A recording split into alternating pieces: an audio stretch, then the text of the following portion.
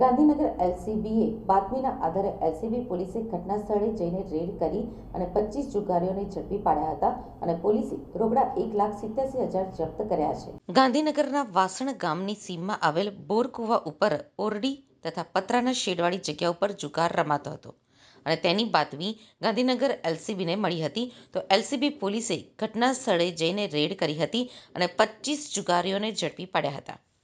પોલીસે આ ઘટના સ્થળેથી રોકડા 1,87,000 જપ્ત કર્યા છે અને અન્ય 32,46,000 મુદ્દામાલ જપ્ત કર્યો છે. ગાંધીનગર જિલ્લામાં પ્રોહી જુગારની પ્રવૃત્તિ આચરતા ઈસમોને પકડી પાડવા સારું ગાંધીનગર રેન્જના વડા વિરેન્દ્રસિંહ યાદવ તથા જિલ્લા પોલીસ વડા રવિ તેજા વાસમ શેટ્ટીએ ખાસ સૂચના આપી છે. જે અનુસંધાને પોલીસ ઇન્સ્પેક્ટર ડીબી વાળાની ટીમે અલગ અલગ જગ્યાએ પેટ્રોલિંગ પણ કર્યું હતું. આ બાતમીના આધારે વાસણ ગામની સીમમાં આવેલ પંકજસિંહ સતુજી વાઘેલાના બોરકુવા ઉપર આવેલ ઓરડી તથા પતરાના શેડવાળી જગ્યાએ રેડ કરી પાના પત્તાનો હાર જીતનો જુગાર રમતા 25 લોકોને ઝડપ્યા હતા.